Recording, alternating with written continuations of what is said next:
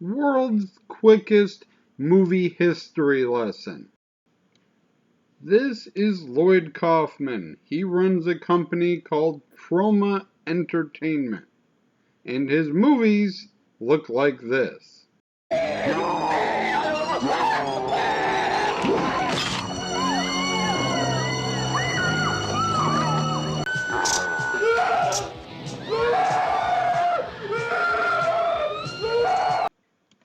I've decided long ago that I'm not going to review a Troma movie because they're pretty well known. They've been reviewed to death, and I don't really have anything new to say about them. So why am I talking about Troma films? Because today's movie is directed by Richard W. Haynes, who made Nukem High for Troma. Did writing, directing, editing, sound, and it was basically his movie. Today, we review a movie he had complete control over, Alien Space Avenger. Give me 5, and I'll make you feel alive. This don't look like uranium. While this movie isn't non-stop guts and gore like some Troma films, it does have some fun stuff, so let's get into it. We start in 1939 as two couples are out for a night on the town when they stop on the side of the road, and not only do they see a spaceship, but we also get our first piss joke of the movie.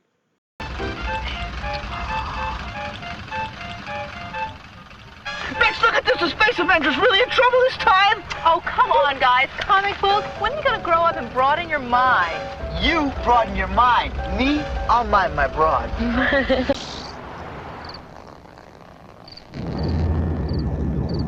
Listen, did you hear that? Wow. Yeah. Oh, shit. As you might expect, investigation of the spacecraft goes terribly for our young heroes, who are bad guys. But right now, they're our heroes.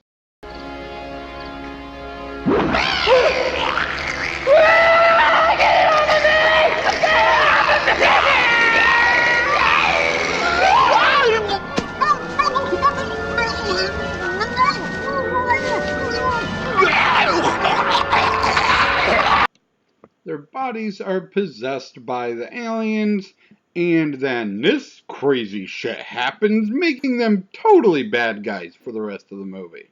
Fuel. What about the agent? What if it followed us in?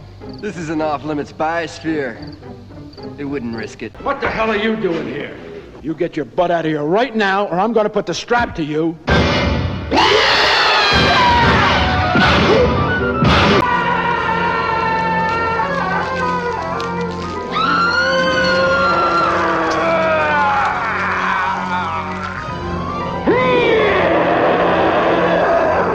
Mother of God, will you look at that?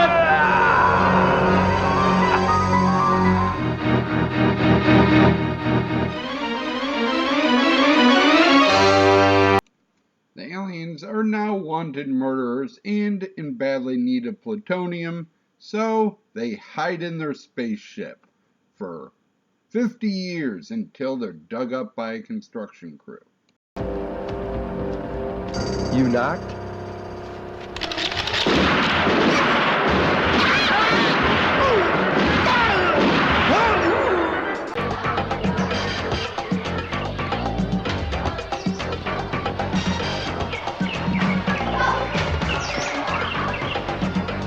Boy, these creatures sure got weird over the past 50 years. This place is perfect. Nobody'll notice us here. Hey, Rex, look at this. They still got the Space Avenger. Come on. So, if they aren't the good guys, who are the good guys? Well, that would be Matt and Ginny, who we are introduced to while they are in the middle of having sex.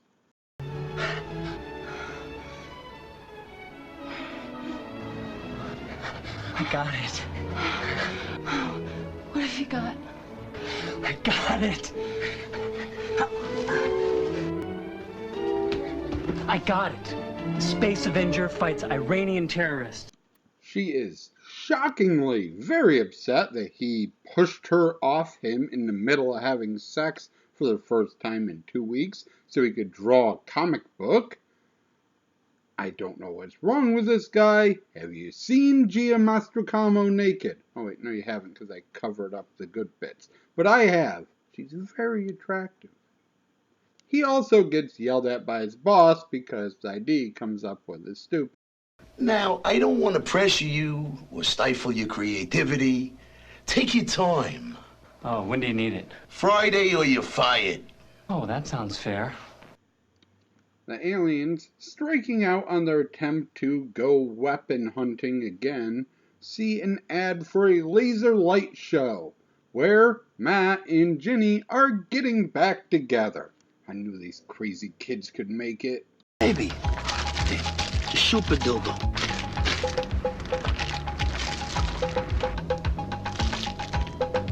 How do you shoot this thing? You cock it. Look at that tall guy. He looks like a serial killer. They look like they just stepped out of a time warp.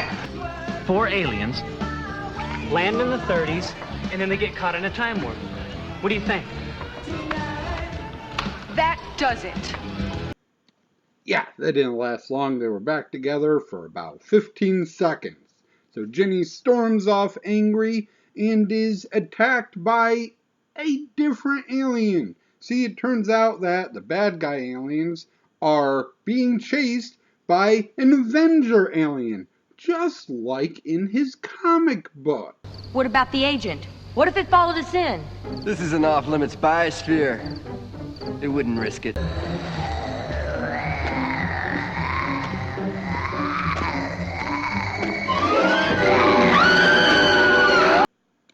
So, the bad guys read what he writes in his comic book, think that he's writing about them, he is, but doesn't know that it's actually happening, and they start to try to hunt him down. But Ginny is now possessed by a super powerful alien and is a badass, so chaos ensues. Ginny! Freeze!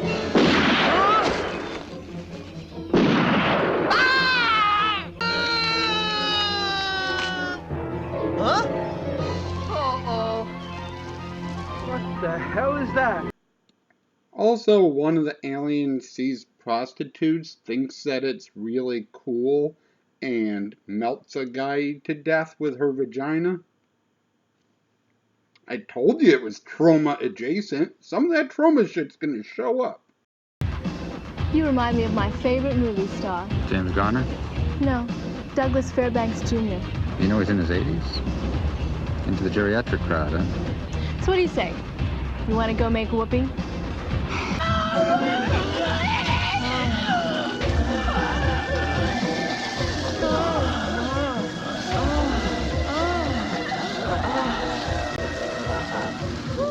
That was great. How was it for you? We can't have all action and people melting though, so there's some comedy bit where they go to the hotel and see not only his boss having a threesome, but also a bunch of cosplaying prostitutes. What big ears you have. Better to hear you with, my dear. Get back. Ooh, what big teeth you have. Better to eat you with. Get back. I'll get into the cast and crew more deeply at the end like normal, but I just wanted to point out that the actress who plays Red Riding Hood is Alyssa Gabrielli. You might not recognize that name, but your kids probably do, because around 1995 she discovered voice acting and now does tons of kids' films. My handbag! You bad kitty!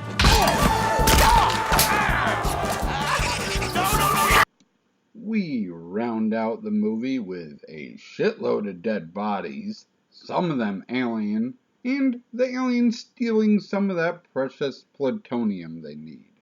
Shut up! Where's the plutonium? Plutonium, are you insane? You've got 3 seconds before I blow this bimbo's brains out. Please tell him. We process it on the second floor, but it's highly radioactive. No lectures! I said shut up! Noisy bitch, let's go. Time to take a break!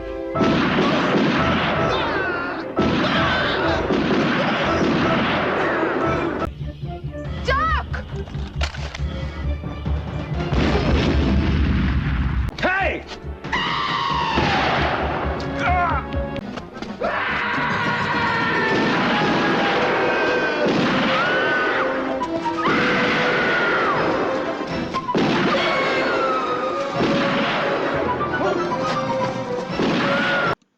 And oh yeah, the good alien heroically jumping over dead bodies strewn across the street. Overall, like I said, this movie's very close to a trauma film. It doesn't have the budget or insanity of a trauma film with non-stop gore and craziness. This added a couple other things. The characters are all different. You had the tough guy, the nerdy guy, the ditzy chick, the empowered chick, and everybody had their own thing going on. The girlfriend starts off as just a kind of non-character, but then she gets attacked by the alien and becomes a badass bounty hunter all of a sudden. So she basically has to play two characters. Matt, the main character, I guess he's supposed to be the main character. He's a somehow banging this hot chick and also a comic book artist. And partway through the movie, he just starts showing up at his boss's office with the now possessed girlfriend, just doing comic books in the middle of people's heads being blown off and alien invasion and craziness happening. So I enjoyed this movie. Unlike She's Back, where the tone was all over the damn place, this let you know that it's a horror comedy, and this stuff's gonna happen in between and with each other instead of just going from one to the other like the coked up Carrie Fisher movie we watched last time. As I said, I think all the cast did a really good job in this one. The bad guys were played by Robert Pritchard, was the main bad guy Rex. He's our Trauma Entertainment alum, being in Nukem High and Toxic Avenger. Michael McCleary plays the drunken guy. He wasn't really in a lot, but he was in a movie we reviewed previously, Harry and Tonto. Karen, the kinda goofy girl who gets blown up by a hand grenade, never acted before or since.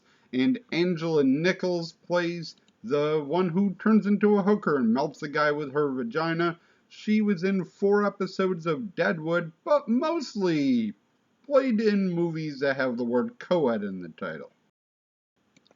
Our good guys are Gina Mastrogiacomo, who mostly played an Italian chick in a bunch of mob films, and Kurt Fogg, who was the host of the children's game show Legends of the Hidden Temple, somehow. The crew for this one, it was written, directed, and edited by Richard W. Haynes, who we have already talked about.